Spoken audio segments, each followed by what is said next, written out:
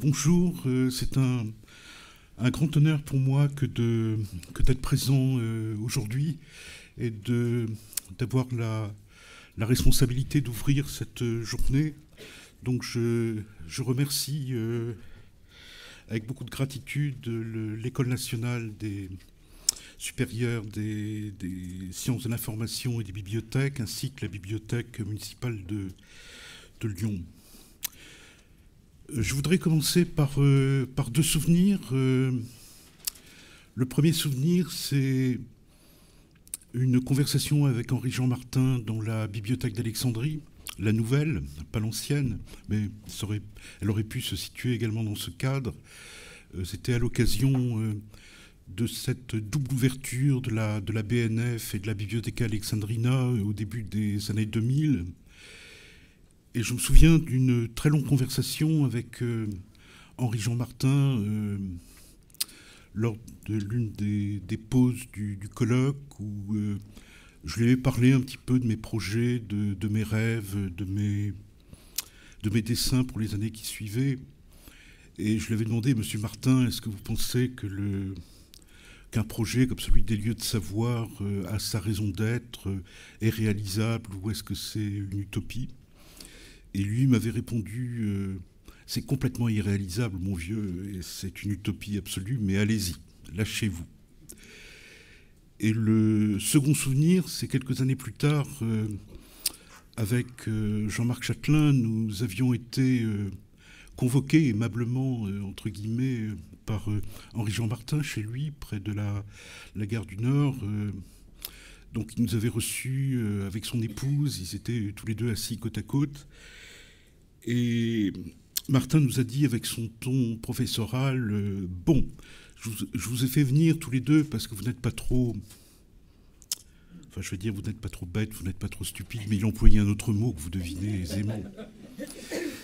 Et il nous a dit, je voudrais vous parler d'un projet que j'ai et vous demander si vous pensez qu'il est réalisable, raisonnable, utopique. Et il nous a parlé de son projet d'une grande histoire de la communication humaine qui allait donner matière à son dernier livre. Et donc avec Chatelain, on était tous les deux assis face à ce grand professeur, ce grand intellectuel qui nous parlait en fait comme un étudiant de master à l'égard face à son tuteur, en disant voilà un peu comment je vois les choses, ce que je voudrais faire. Il y aurait 2 volumes, 15 parties, et il commence à nous donner des polycopiés, des chapitres. Et donc avec Chatelain, on se regarde et on dit, et moi je lui réponds, Monsieur Martin, c'est complètement irréalisable et irréaliste, mais allez-y. Voilà, donc je voudrais dans cette communication rendre hommage à Martin, à ce parcours qu'il a tracé entre livres, bibliothèque, écriture, communication. Et je voudrais, comme il disait, comme il m'y invitait, me lâcher, c'est-à-dire prendre le risque de quelques réflexions qui, à la fois, sont sans doute triviales pour les professionnels des bibliothèques que vous êtes, mais qui sont aussi au cœur d'interrogations, des interrogations d'un historien comme moi. Donc, au fond, si on y réfléchit bien, quelle étrange chose qu'une bibliothèque. Et avant de mettre en lumière cette étrangeté, comment ne pas souligner les croyances non moins singulières qui la fondent?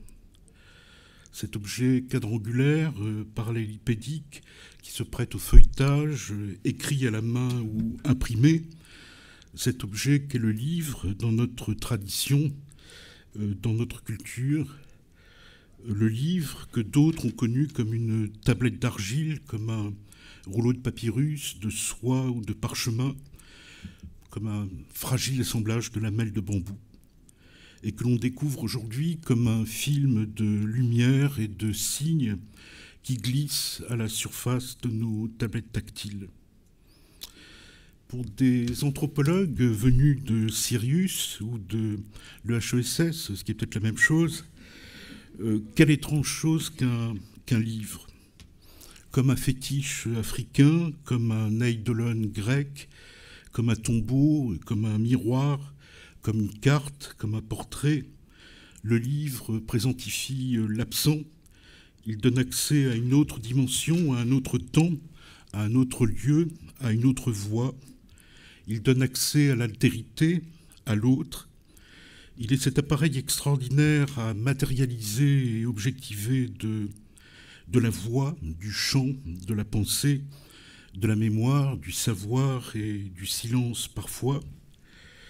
Il est ce support inerte, ce tissage de fibres de papyrus ou de papier, cet assemblage de surfaces pliées qui se prête à une si grande diversité de systèmes opératoires, un hardware, pourrait-on dire, compatible avec de multiples softwares, qui s'est adapté à l'évolution des signes et de leur technologie d'inscription, de la plus haute antiquité jusqu'à aujourd'hui.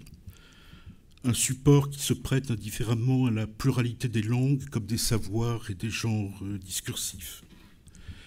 Manuscrit ou imprimé, en cahier libre ou relié, couvert de signes alphabétiques, syllabiques, pictographiques, idéographiques, parcouru de colonnes verticales ou de lignes horizontales, avec ou sans séparation des mots, avec ou sans accentuation ou ponctuation, avec ou sans pagination et autres éléments de navigation.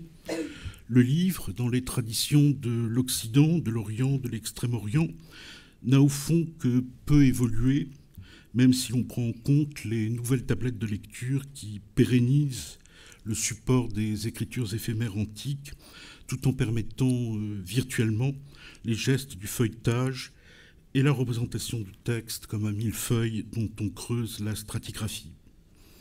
Les tablettes ou le livre hybride entre rouleau et codex.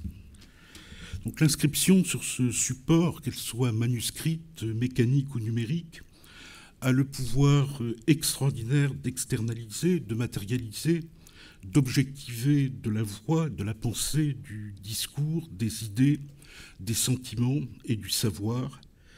Le livre est une prothèse cognitive et imaginaire, un dispositif de sauvegarde qui permet à des discours de se pérenniser, de s'autonomiser par rapport à leurs producteurs, par rapport aux scripteurs, mais aussi d'être reproduits et transmis dans le temps et dans l'espace. Une archive, donc, qui conjoint la fragilité de sa matérialité et la force de son concept même, son pouvoir de survie envers et contre tout, à travers les accidents de la transmission. Cependant, tous ceux qui ont étudié l'écriture savent que ces pouvoirs vont bien au-delà de l'archivage et de la sauvegarde. Le fait d'écrire produit un texte, un savoir, un récit, un discours qui ne préexiste pas à l'inscription. Et il y a dans cette corrélation de la main, du regard, de la voix intérieure et de la pensée, un processus créatif et génératif particulier où la matérialité du support et de l'instrument, la mise en forme et en espace des signes, la dimension rythmique et chorégraphiée des gestes, les positionnements du corps de celui qui écrit jouent un rôle déterminant. La production d'un texte écrit, même sous la forme primitive d'une liste, d'un catalogue, d'un mémo, est un processus génératif de la pensée, du discours, qui sont assujettis non seulement à l'ordre d'une langue, mais aussi à celui du maniement d'un système de signes organisé dans l'espace, inscrit et déchiffré dans une temporalité linéaire qui est par ailleurs réversible et paramétrable. Je serais donc tenté de dire que le passage du texte au livre ou de l'écrit au livre s'opère lorsqu'il y a cette double dimension générative et mnémonique, ou plutôt lorsque cette double fonction s'ajoute aussi une intention communicative qui n'est pas nécessairement celle du scripteur, mais celle de celui qui va se définir comme un relais, scribe, copiste, éditeur, bibliothécaire, pour mettre cet écrit en circulation. Le livre surgit lorsqu'il y a un projet de mise à disposition d'un texte auprès d'autres individus que celui qui les a produits, lorsqu'il y a anticipation d'usages réitérés dans le temps auprès de multiples destinataires. Le livre est ce qui confère au texte une dimension sociale, le statut d'un artefact destiné à circuler dans l'espace et dans le temps, et parfois d'une langue à l'autre. Sans doute faudrait-il préciser cette tentative de définition, car tout écrit investi d'une fonction sociale n'est-il pas un livre, une lettre, un email, une carte postale, un tract, une affiche, un graffiti? Alors quels seraient les traits les plus spécifiques du livre? Un livre, comme une lettre, peut s'adresser à un destinataire individualisé par le biais de la dédicace ou encore par le fait qu'un exemplaire manuscrit est remis à une personne particulière. Mais il me semble qu'il y a sans doute d'autres facteurs. Le fait qu'un livre comprenne une partie d'un texte ou un ou plusieurs textes complets faisant sens en eux-mêmes comme un tout. Il résulte d'une intentionnalité particulière, raconter, expliquer, décrire, enseigner, transmettre. Et il y a d'autres éléments, bien sûr. Un livre a un titre et est souvent, mais pas toujours, associé à un nom propre. Ce nom propre peut avoir différents statuts, désigner différentes instances, outre ce que nous désignons comme un auteur. Michel Foucault nous a appris la complexité de cette catégorie, son historicité, son ambiguïté. Mais ce nom propre peut être aussi celui du scribe, du copiste, de l'éditeur. Il assigne un lieu d'origine au texte, il le situe et l'investit d'une identité particulière. Il en détermine aussi la valeur et les usages. Entre le titre et ce nom propre, voire un déterminatif qui définit par exemple un genre discursif ou un projet de savoir, un livre est doté de descripteurs, de tags qui en font un objet de langage pouvant être cité, catalogué, manipulé dans le discours. Là se joue très certainement une grande part de l'identité et du pouvoir des livres qui peuvent être assignés à une source humaine ou transcendante, récente ou très ancienne, individuelle ou collective, identifiable ou anonyme, célèbre ou inconnue. Mais je reviens à ma réflexion sur l'écriture. Je disais qu'elle met en forme et en espace des idées, des pensées, du savoir, du discours qui ne préexistent pas à leur inscription ou qui en tout cas prennent une nouvelle dimension du fait même de cette inscription. Ce support d'encodage et d'archivage, toutefois, ne perd pas de son efficacité, de son pouvoir, une fois l'inscription figée. En aval, en effet, il se prête à d'autres effets génératifs. La lecture à haute voix ou silencieuse, individuelle ou collective, s'apparente à un processus de décodage, ou plutôt de décompactage des contenus qui ont été inscrits via l'écriture. Je ne me situe évidemment pas dans un modèle simpliste de la communication, où un message pourrait être transmis quasiment à l'identique, sans déperdition, par le biais des deux opérations symétriques de l'encodage et du décodage, de l'écriture et de la lecture. De même que l'écriture est une mise en forme et en espace de la pensée et une transformation radicale du flux mental par le biais de sa traduction dans un ordre soumis aux lois des signes et du langage, de même la lecture est un processus d'actualisation et de création enclenché par le déchiffrement visuel et la traduction linguistique des signes inscrits.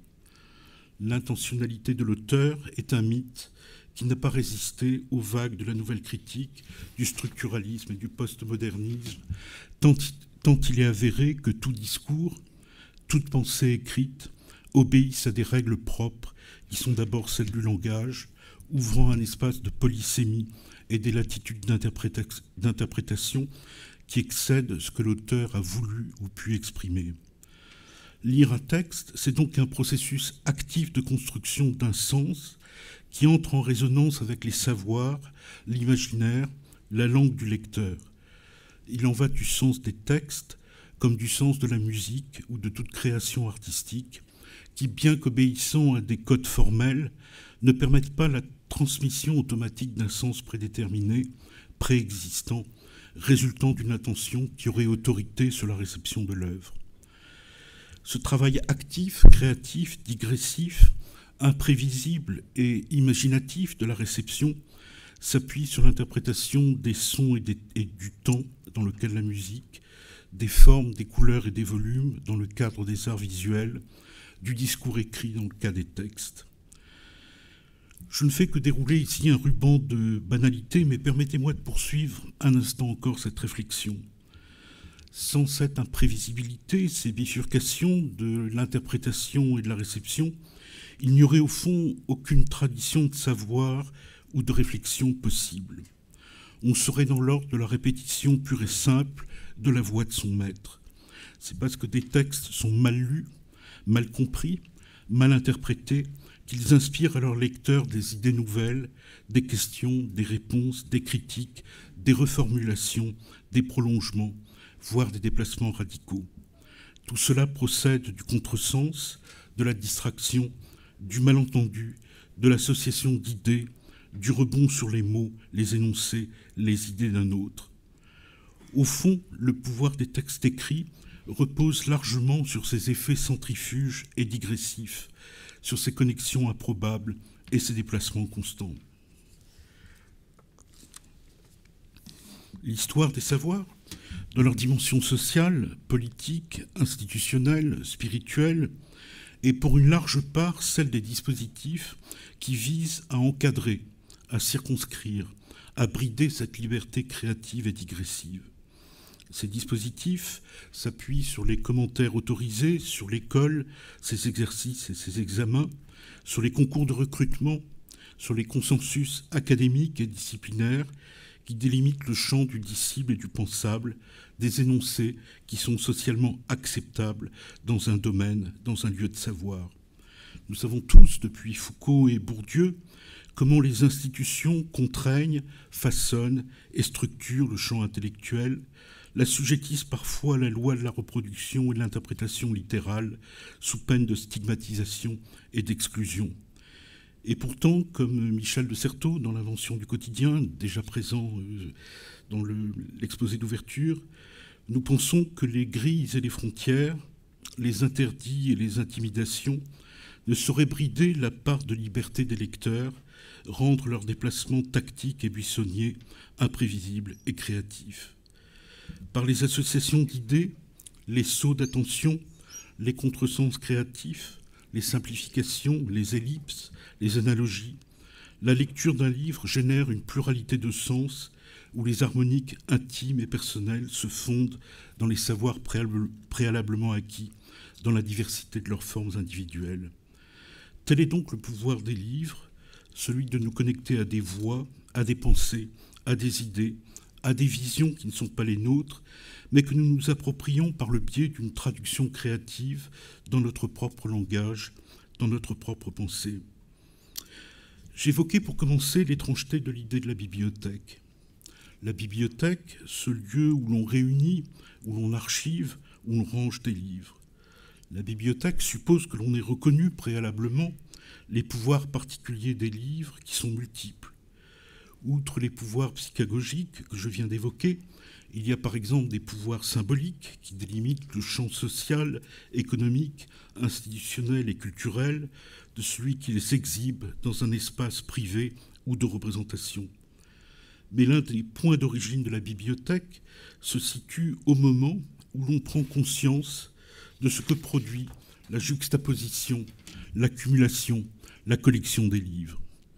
Les livres, en effet, réunis dans un même espace de rangement, un meuble, une salle, un bâtiment, s'additionnent, ou plutôt, ils produisent quelque chose qui n'est pas seulement la somme de leur sens particulier. Le sens d'une bibliothèque excède celui de la somme du sens des livres qui la composent. Une bibliothèque matérialise une idée du ou des savoirs, de la sagesse, de la culture, de la mémoire, de la tradition, du temps et de la langue. Cette idée reflète à la fois le kaléidoscope des sensibilités et des histoires personnelles, mais aussi la dimension sociale d'un ensemble de valeurs et de représentations partagées qui accordent à certains livres une valeur particulière, les inscrivent dans des ensembles plus vastes qui peuvent être des canons littéraires, des champs de savoir, des généalogies intellectuelles. Une bibliothèque a donc une dimension sociale. Elle relève même d'un projet politique, au moins depuis Alexandrie et la Rome impériale, où la constitution de la collection et sa mise à disposition à un public plus ou moins large traduisait un statut institutionnel, un pouvoir économique, l'appropriation ostentatoire d'un patrimoine culturel et matériel. La bibliothèque est en elle-même un programme culturel, intellectuel, éducatif, et par son ouverture comme par ses contenus, et elle est un instrument d'éducation et d'apprentissage, de recherche, d'enrichissement personnel, d'enrichissement démocratique, comme cela a été évoqué ce matin. Elle est aussi une ressource, un lieu partagé, où la foule des acteurs présents fait communauté. Personnel attaché à son entretien, à son fonctionnement, visiteurs ponctuels ou habitués, utilisateurs, lecteurs, chercheurs, étudiants, public cultivé, reflétant la société civile dans sa diversité. Aller en bibliothèque, c'est donc entrer dans un espace public, social, politique, régi par des normes, organisé en vue de faciliter un certain nombre d'opérations. Recherche documentaire, lecture, consultation, écriture, réflexion, rêverie, mais aussi interaction. Ce qui est fascinant dans une bibliothèque, c'est la coexistence le plus souvent paisible entre des individus qui s'isolent du bruit de la ville pour étudier non pas dans le silence absolu, mais dans le bruissement des pages et des pas, dans le cliquetis des claviers numériques qui animent les salles de lecture aujourd'hui. Il y a un effet d'intégration dans une communauté de pairs parfois au fil des accréditations, puisqu'on passera par exemple du niveau tout public d'une bibliothèque à son niveau recherche, puis au niveau des livres rares, des manuscrits ou des estampes. Les différentes bibliothèques que l'on peut fréquenter dans une vie nous font passer d'un lieu à l'autre, d'une communauté à l'autre, des plus fermées aux plus ouvertes. Mais simultanément, chaque lecteur, dans une bibliothèque, reconfigure un espace personnel et intime, auto-centré sur ses intérêts, sur son projet, sur ses questionnements, sur son cheminement. Les statistiques des demandes de consultation ou de prêt permettent sans aucun doute d'identifier des strates de la bibliothèque largement utilisées par les lecteurs dans leur globalité. Usuels, livres de référence, sources premières, tandis que des îlots beaucoup plus singuliers témoignent des curiosités pointues et parfois obsessionnelles des chercheurs spécialisés. Dans le domaine des études grecques auxquelles j'appartiens, on est parfois l'un des seuls spécialistes régionaux, voire nationaux, d'un auteur peu connu et de sa bibliographie.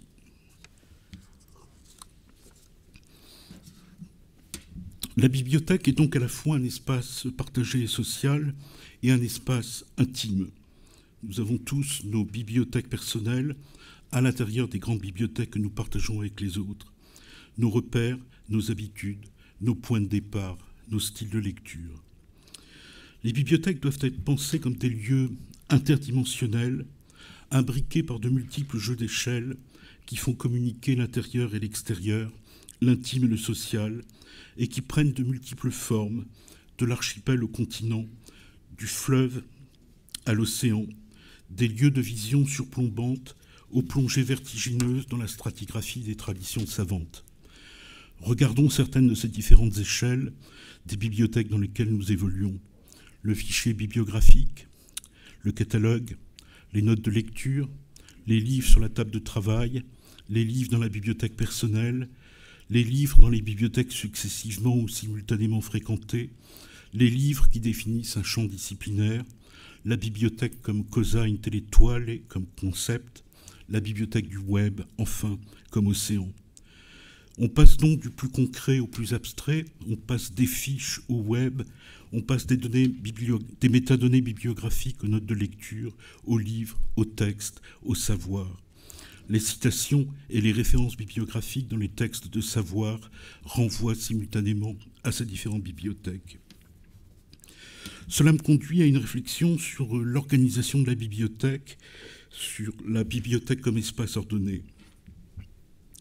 Une bibliothèque est à la fois régie par un ordre spatial, cartographique, une division des genres et des savoirs, et par une profondeur temporelle, déployant la généalogie des traditions savantes, la stratification historique des savoirs, bref, une mémoire. Certains savoirs, dépassés, restent enfouis sous la surface, tout en étant toujours accessibles, et dans certains domaines de recherche, il est parfois nécessaire de les réactiver.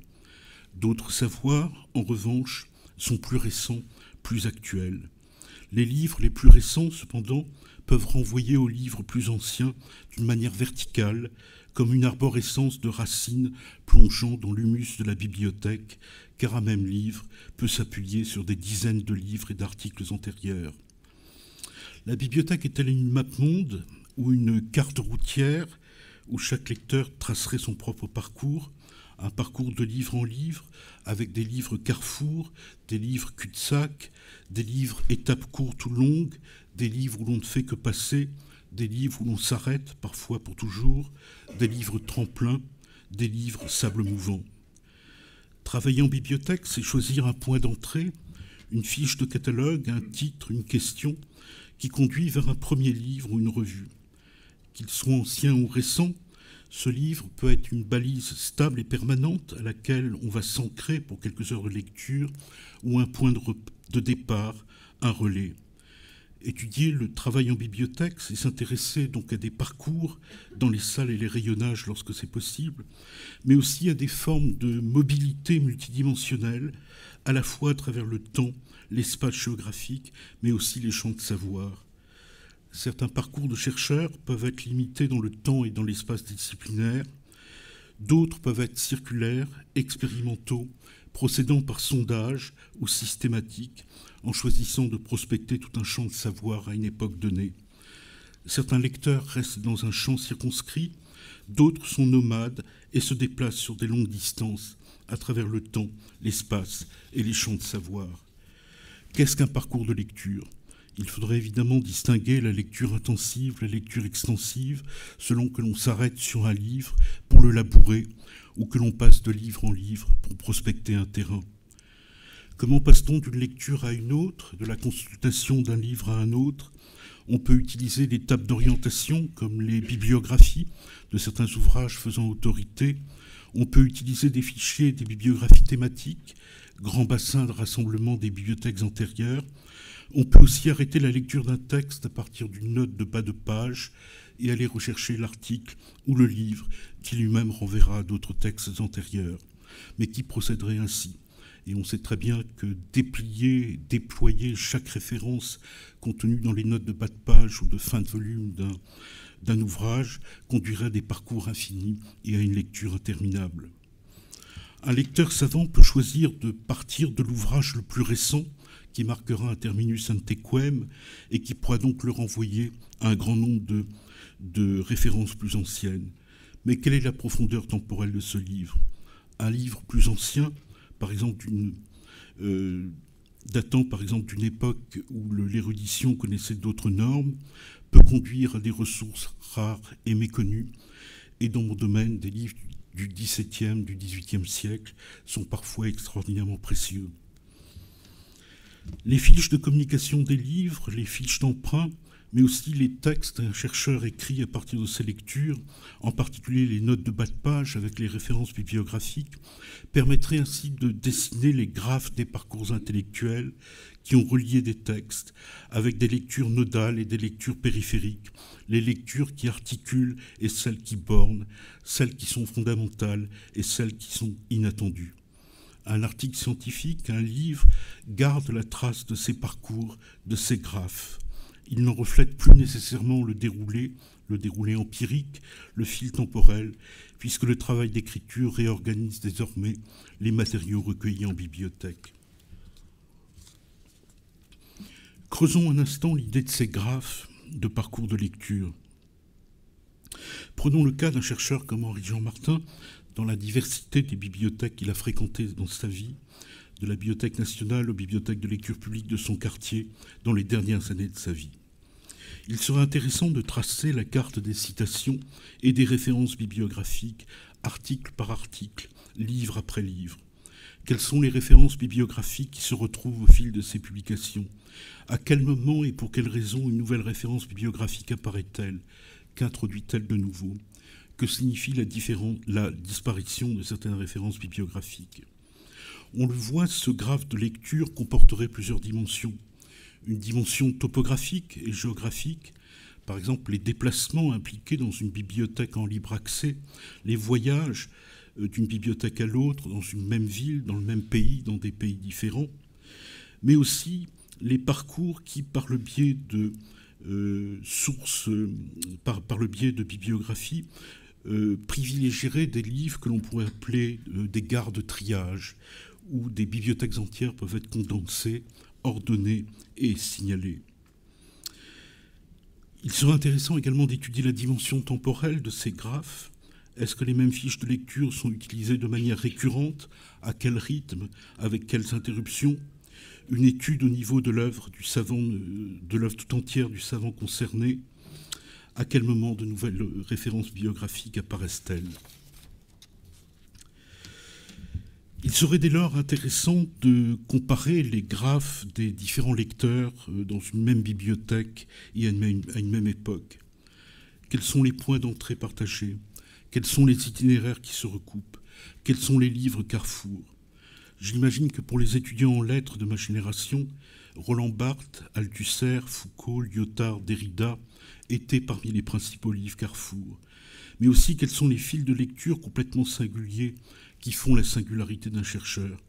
Michel Foucault, exhumant les bibliothèques de la folie, de la prison, de la clinique, de l'économie politique. Henri-Jean Martin, travaillant pour Lucien Febvre, debout dans l'hémicycle de la salle des imprimés de la Bibliothèque de France, travaillant sur l'apparition du livre imprimé et menant une enquête de grande ampleur sur les incunables. Comment coexistent les différents itinéraires de lecture dans une bibliothèque? Et est-ce que la bibliothèque garde la mémoire de ses usages, des déplacements, des parcours effectués par ses lecteurs? Peut-on superposer ces cartes, ces itinéraires? Se recoupent-elles? Quelles sont leurs différences? Est-ce qu'il y a des livres carrefours? Est-ce que l'épistémé d'une époque, pour parler comme Foucault, n'est pas constituée par la superposition des parcours de lecture et de réflexion que l'on mène en bibliothèque? Enfin, il conviendrait de réfléchir au style de lecture. Lecture lente, lecture rapide, lecture orientée vers une fin, vers un projet, lecture aventureuse, lecture intensive, extensive, en quête d'information ou en quête de compréhension, lecture instrumentalisant des livres pour éclairer d'autres livres, dictionnaires, encyclopédies, commentaires, traductions, lecture de chasseurs, de braconniers, de laboureurs, d'architectes. Que prélève-t-on, que ramène-t-on de nos parcours en bibliothèque? Sans doute faut-il distinguer deux cas de figure, les bibliothèques partagées et publiques et les bibliothèques personnelles. Lorsque l'on travaille dans une bibliothèque institutionnelle, la lecture se fait sur place, parfois aussi on peut emprunter les livres. Comment mesurer la productivité d'une journée en bibliothèque? Par le parcours effectué, par la lecture d'un même livre, ou par le graphe tracé de texte en texte qui va permettre de parcourir une distance plus ou moins grande, de délimiter ou non un champ. La rentabilité d'une journée de travail en bibliothèque se définit aussi par ce que l'on récolte au fil de ces parcours. Références bibliographiques, notes prises au fil de la lecture, photocopies dans certains cas. Dans un livre récent, le copiste comme auteur, Luciano Canfora, considère que l'avènement et la démocratisation de la photocopie, puis des livres numériques, marquent la fin d'un certain type de lecture approfondie, concentrée, lorsqu'on lisait en copiant les extraits pertinents à la main pour son travail. Aujourd'hui, la photocopie et le numérique permettent d'accumuler des textes que nous ne lisons plus, ou en tout cas que nous ne lisons plus de la même manière. Donc, que rapportons-nous de nos parcours en bibliothèque? Des notes de lecture suivant l'ordre du texte, ou le découpant pour s'adapter à un ordre thématique, des bribes de phrases, des fiches. Quel est le plus important? La lettre même d'une phrase, la substance de son contenu, ou le fil conducteur d'une argumentation, ou encore les références bibliographiques à des sources premières ou secondaires qui seront autant de nouvelles têtes de réseau. Les objets rapportés d'une journée en bibliothèque peuvent être des fiches cartonnées, des feuilles volantes, des cahiers quadrillés ou non. Sur chaque support, on peut choisir d'écrire les références du livre consulté, et éventuellement un mot-clé ou le titre générique d'un projet de recherche. Et je pense ici aux notes de lecture de Michel Foucault, qui ont été étudiées notamment par Jean-François Baird et l'équipe dans laquelle il était intégré. Donc on va redistribuer ces traces dans des chemises, dans des dossiers, dans des fichiers. On va les ordonner selon des ordres de consultation particuliers. Le travail en bibliothèque est une activité de collecteur-chasseur. On prospecte des terrains par sondage ou méthodiquement. Certains parcours sont riches en trouvailles, d'autres moins. Il est des journées en bibliothèque d'où l'on revient presque bredouille, mais c'est déjà un résultat en soi. Donc la bibliothèque est le lieu d'une économie pour ses lecteurs comme pour ses bibliothécaires. Accumulation, capitalisation, thésaurisation. C'est le lieu d'une industrie par prélèvement, par raffinage, par manufacture, par assemblage, par transformation, où les mots, les idées, les informations, les faits, les références sont transformés dans de nouveaux ouvrages et de nouvelles pensées. Je voudrais conclure simplement par une question. Au fond, est-ce que les lectures passées contemporaines, est-ce que les lectures de ces lecteurs qui sont assis coude à coude dans les bibliothèques contemporaines ou celles d'hier, est-ce que ces lectures modifient la lettre et le sens des textes? Est-ce que les livres de nos bibliothèques conservent la mémoire de leur lecture, de leurs lecteurs?